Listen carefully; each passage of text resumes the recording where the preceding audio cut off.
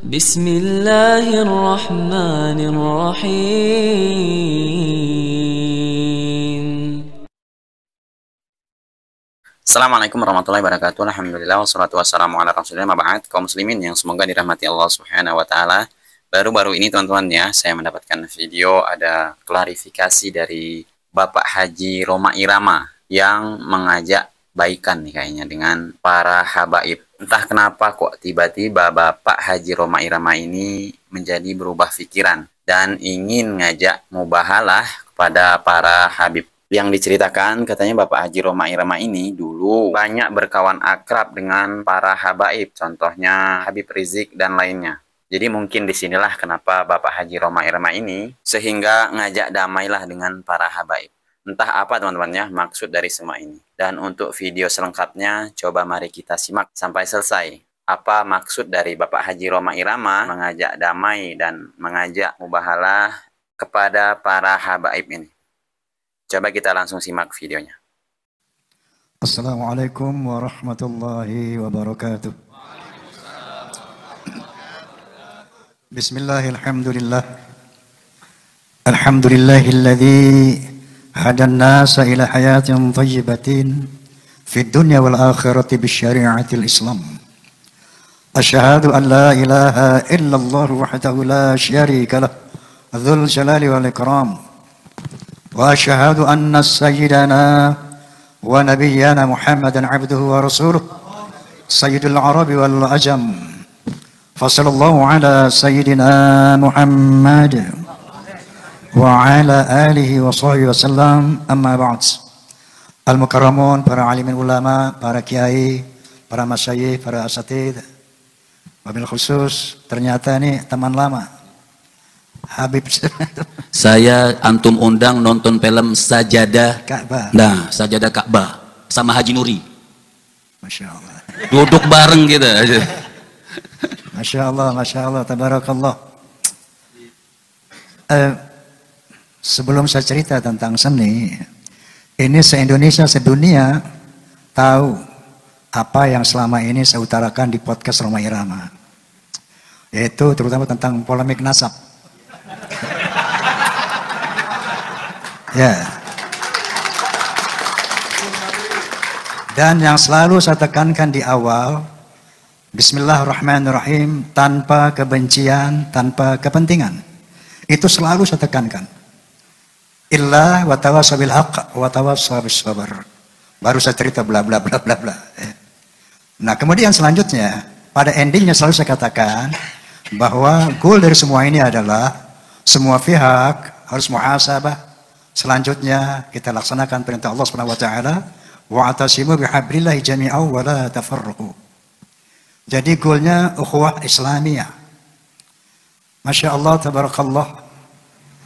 Memang kadang-kadang ya saya seringkali di podcast itu antum mungkin lihat. Nangis-nangis. Saya sering meneteskan air mata. Kenapa? Ada satu realitas yang luar biasa. Ada satu kondisi yang luar biasa. Padahal saya berulang kali mengatakan Habib Rizik, Habib Ali, Kuita, Habib itu sahabat gue semuanya. Ternyata termasuk beliau. Ya, beliau waktu idaman. Saya datang. Bukan. Pertama kali pembukaan. Pakai jaket gitu. Pakai itu beliau apa? Hadroh beliau. Ya, Masya Allah. Astaghfirullahalazim. Astaghfirullahalazim. Astaghfirullah.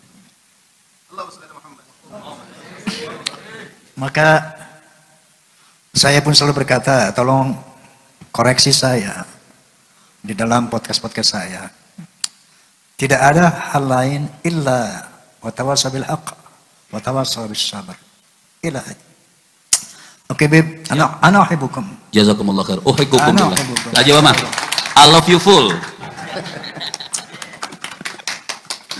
Masya Allah, Masya Allah.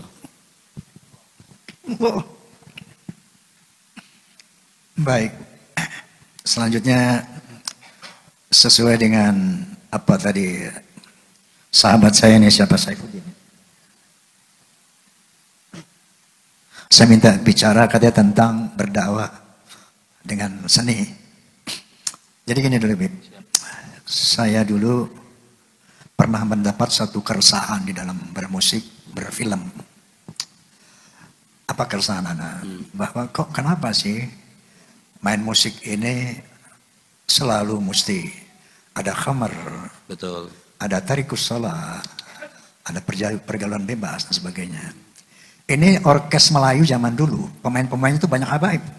Z Syahab. Z Syahab, pemain suling Syahabuddin Syahab, ketua Chandra Leka, siapa Alatas itu, Umar Alatas, Muhsin Alatas. Muhsin Alatas. I Albar.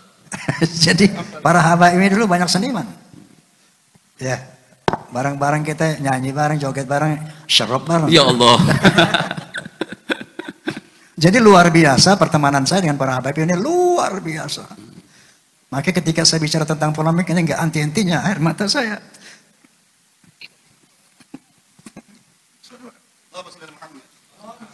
Musami, saling memaafkan karena Allah. Masya Ya, Allah. ya. Amin, Masya Allah. Jadi kita ingin mencapai satu ukhuwah yang murni. Innamal mu'minuna ikhwatun fa aslihu baina akhwaikum.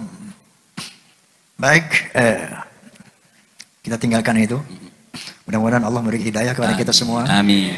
Agar kita sampai pada satu titik ukhuwah Islamiyah. Saya dulu ada keresahan. Kok kenapa main musik mesti mabuk? Main musik mesti tarikus sholah. Maka saya bikin dulu lagu apa tuh? Merah Santika ya. Dulu aku suka padamu, dulu aku memang suka. Dulu aku gila padamu, dulu aku memang gila. Udah cukup. Suara itu dari lahir. Kita mau utek-utek bagaimana, kok jelek-jelek aja. Jadi dulu memang begitu ya.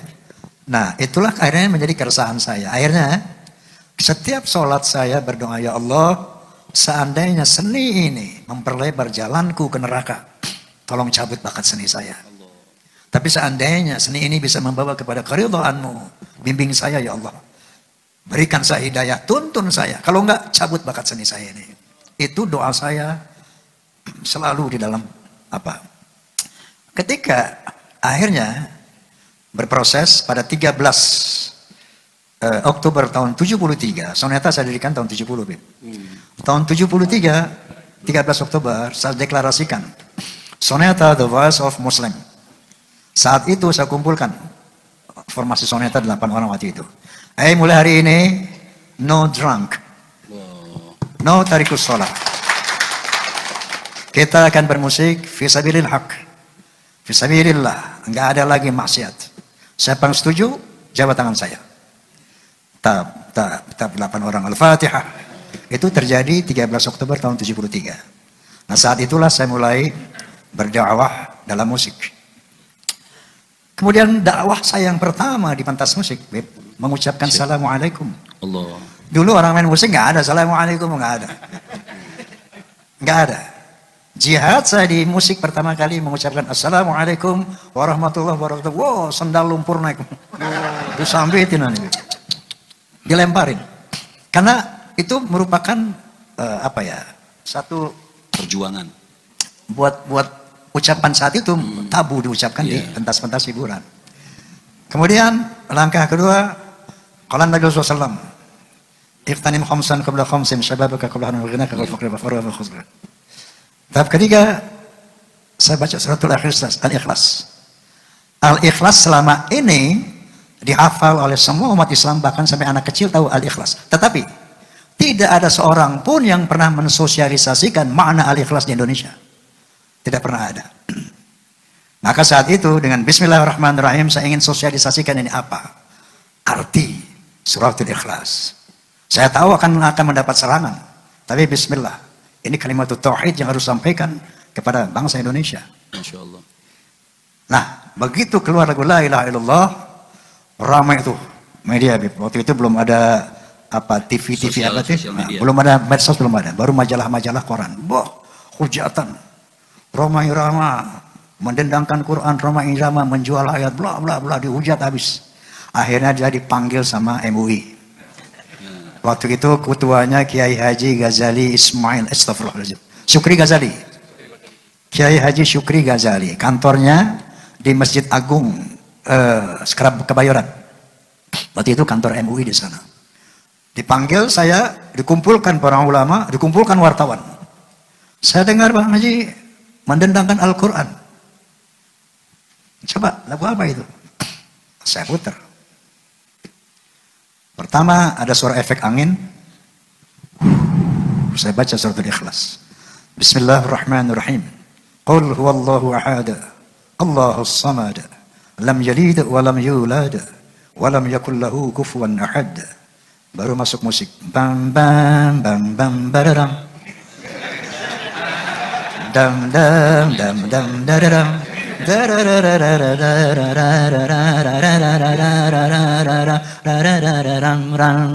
Katakan Tuhan itu satu, Tuhan tempat menyembah dan tempat meminta. Katakan Tuhan itu satu, Tuhan tidak beranak dan tak diperanakan. La ilaha illallah, tiada Tuhan selain Allah. Ini saya putar di sana. Lalu begitu kiai mendengar, para ulama mendengar, oh kalau yang begini bagus, makanya bikin yang banyak.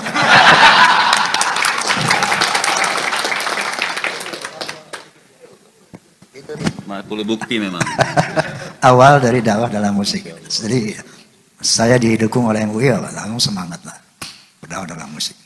Nah, ketika astagfirullahaladzim, astagfirullahaladzim, kullu minallah, semua hidayah dari Allah, la hawla wa la quwwata illa billah. Ya, maka berlanjutlah dakwah dalam musik macam-macam. Ada keramat, ada ghibah, ada hari kiamat, bla bla semuanya. Tiba-tiba Amerika Serikat mengundang saya, yaitu University of Pittsburgh, mengundang untuk melakukan International Conference on Islam and Popular Culture in Indonesia and Malaysia. Luar biasa. Amerika Serikat, negara liberal, mau tahu apa efektivitas dakwah dalam musik. Sampai dia buat judulnya itu International Conference on Islam and Popular Culture in Indonesia and Malaysia. Saya diundang, ada 9 negara di sana. Kemudian saya buat paper. Paper saya judulnya Music is a medium for information, communication, education, unity, even dakwah. Saya ceritakan bahwa the power of music can change the character of human beings. Nah, untuk itu saya buktikan berdasarkan observasi saya. Observasi saya ada di sini, ada Forza, Fans of Roma and Soneta. Antum tahu Forza? Tahu banget. Jangan dia Forza juga. Iya, pasti itu. Fans of Roma and Soneta itu kalau menurut Asia Globe, majalah musik Asia, itu fans Roma itu 25 juta. Kata mereka, bukan kata gue. Tapi yang struktural itu berseragam, terikat oleh aturan organisasi, diantaranya 4B, 4B. Harus beriman, bertakwa, berakhlakul karimah, berloyalitas. Nah, ini Saifuddin, dia ketua Forza Sumatera Selatan. Dr. Saifuddin. Beliau membuat, ya, dia membuat disertasi Bib, judulnya tentang apa? Masya Allah. Disertasi dokternya dari situ. Ya. Nah, saya mendengar dari Forza, Bang Haji, dulu saya suka main judi. Begitu mendengar lagu judi, saya nggak lagi main judi, Bang Haji. Bang Haji, saya dulu suka minum, begitu dengarnya saya nggak minum lagi, Bang Haji. Bang Haji, dulu saya suka kurang ajar sama ibu saya, begitu saya dengar lagu keramat, nggak berani lagi saya kurang ajar sama ibu. Bla bla bla bla bla. Sampai ketika saya syuting di Surabaya menggapai matahari, dalam rangka istirahat, saya jalan di satu restoran, Be. Ada seorang datang menemui saya, face-nya oriental, bawa tas, tampan. Begitu lihat saya, ayo Mr. Roma, saya katakan, karena dia bahasa Inggris, saya bahasa Inggris. Ya sayang, saya berdiri, langsung dipeluk sama dia. Masya Allah. You are my teacher. Saya katakan, how can you say it like that? Ternyata Bang Haji, seluruh perjalanan hidup saya terinspirasi dari lagu-lagu Anda. Wallahil azim, wallahil azim. Ini ucapan seorang, saya dibilang saya dosen bahasa Inggris di Universitas Erlangga, Surabaya. Coba ente boleh cek di Erlangga, Universitas Erlangga Surabaya. Siapa itu dosen bahasa Inggris ketika tahun itu, tahun ada film Menggapai Matahari itu tahun berapa saya lupa itu. Hah? Nah, cari tahun 87 dosen bahasa Inggris di Universitas Erlangga itu siapa? Karena waktu itu saya nggak tanya namanya. Sampai saya bilang bang aja sama teman-teman saya, kalian harus dengar soneta. Subhanallah, ini saya tulis dalam paper saya, saya tulis dalam paper saya, bahwa ada testimoni seperti ini. Nah jadi ternyata the power of music can change character of human beings. Di situ saya yakin subhanallah, ternyata berdakwah dengan seni itu ternyata astagfirullahaladzim itu efektif, sangat efektif. Tetapi banyak orang tanya sama saya, Bang Haji, termasuk Ridho Roma misalnya, Vicky Roma, anak saya tanya, Pak, bagaimana sih dakwah dalam musik? I can tell you about that. Itu nggak ada rumusnya. Karena itu feel, itu given, itu hidayah. Yang pasti lagu dakwah itu bukan lirik-lirik yang baik, terus kamu iringi dengan musik, bukan. Itu bisa terjadi anti dakwah. Jadi syarat dakwah dalam musik itu pertama amalkan kalimatullah. A'udzubillahi minasyaitonirrajim. Bismillahirrahmanirrahim. Ya ayyuhalladzina amanu lima taquluna ma la taf'alun khabur maqatan 'indallah an taqulu ma la taf'alun. Kamu harus bisa melakukan apa yang kamu ucapkan. Kamu ngomong tentang ayo sholat, kamu nggak sholat. Ayo jangan minum, kamu tukang mabuk. Ayo jangan berzina, kamu berzina. Kabar maqtan indallah an taqulu ma la taf'alun. Pertama itu. Jadi jangan memberi nasihat, tapi jadilah teladan. Jangan ngomong nasihatin orang, tapi jadilah teladan. Siapapun bisa bikin lirik dakwah, siapapun bisa. Tapi apakah efektif atau tidak, it's depend on tadi. Kalau sekedar bikin musik dakwah yang formality, semua bisa. Nah, Habib Ahmad bisa. Semua kita bisa. Tapi bagaimana yang dia sampai kepada hati? Yang bisa efektif, bisa powerful, membentuk manusia. Itu tadi pertama syaratnya. Yang kedua, bagaimana Anda membuat lirik, kemudian melakukan suatu harmonisasi dengan notasi.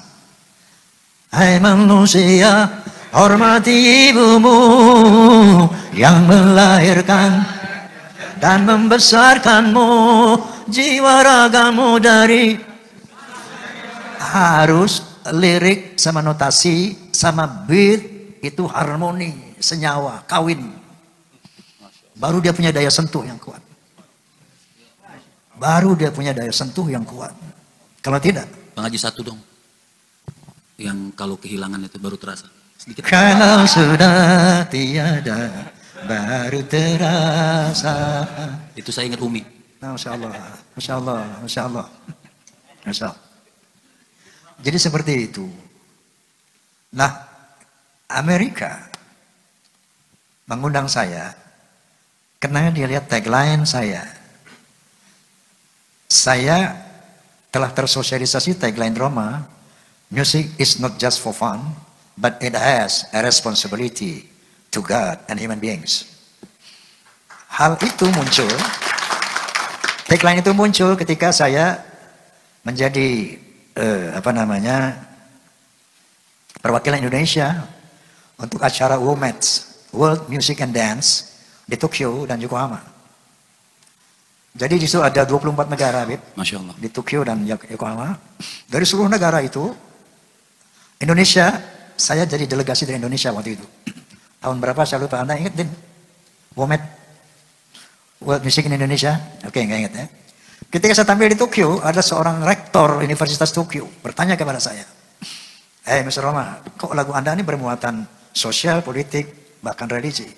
Itu secara spontan saya katakan, because music is not just for fun, but it has a responsibility to Allah and human beings. Nah jadi dari sini, maka Amerika mengundang saya, dia mau tahu seperti apa powerful music, the power of music can change. Bisa buat dakwah itu seperti apa. Subhanallah, astaghfirullahalazim, astaghfirullahalazim. Astaghfirullahalazim. Ini kepanjangan saya ngomong Kiai. Ini baru mau kedima, belum, masya Allah, belum yang film nada dan dakwah itu, itu belum. Astaghfirullahalazim, astaghfirullahalazim. Nah saya katakan bahwa ini minallah, murni minallah. Aku yakin ini minallah. Kenapa saya katakan begitu? Pernah satu saat saya datang ke seorang kiai sepuh di Madura. Saya lupa itu entah di Bangkalan, entah di Sumeneb, di mana, lupa kotanya. Tapi waktu itu antara tahun 70, tahun 80. Saya datangi kiai itu nggak berani siang-siang, sore-sore dikeroyok santri saya. Saya datang jam 2 malam. Pakai baju tidur. Nggak sopan juga waktu itu. Masya Allah. Ini cerita pernah saya ceritakan. Bisa ulangi sini dengan ya Allah, bismillahirrahmanirrahim. Bismillahirrahmanirrahim. Wastaghfirullahalazim. Saya datang pada suatu malam, kiai itu baru tahajud. Kiai nun sewu, mohon bimbingan. Memang saat itu saya tengah mempelajari tasawuf. Tangan saya nggak pernah lepas dari tasbih 33 itu. Kalau Anda lihat tasbih 33 itu made in Roma Irama itu. Ya. Dulu tasbih 99, nggak ada tasbih 33. Kalau ada tasbih 33 itu made in Roma Irama. Dan anak pernah dikasih sama antum yang 33 depan almarhum Zainuddin MZ. Allahumma sholli ala Muhammad. Sampai sekarang masih ada. Allahumma sholli ala Muhammad. Masya Allah, itu dulu saya jarang ngomong, zikir dulu. Lagi mendalami tasawuf Imam Al-Ghazali. Zikir. Satu saat saya datang ke kiai itu. Kiai nun sewu, mohon bimbingan. Alhamdulillah selama astagfirullah. Apa ceritanya, Bib? Enggak apa-apa ceritanya. Enggak apa-apa, bismillah. Enggak apa-apa, Kiai. Enggak apa-apa. Siap.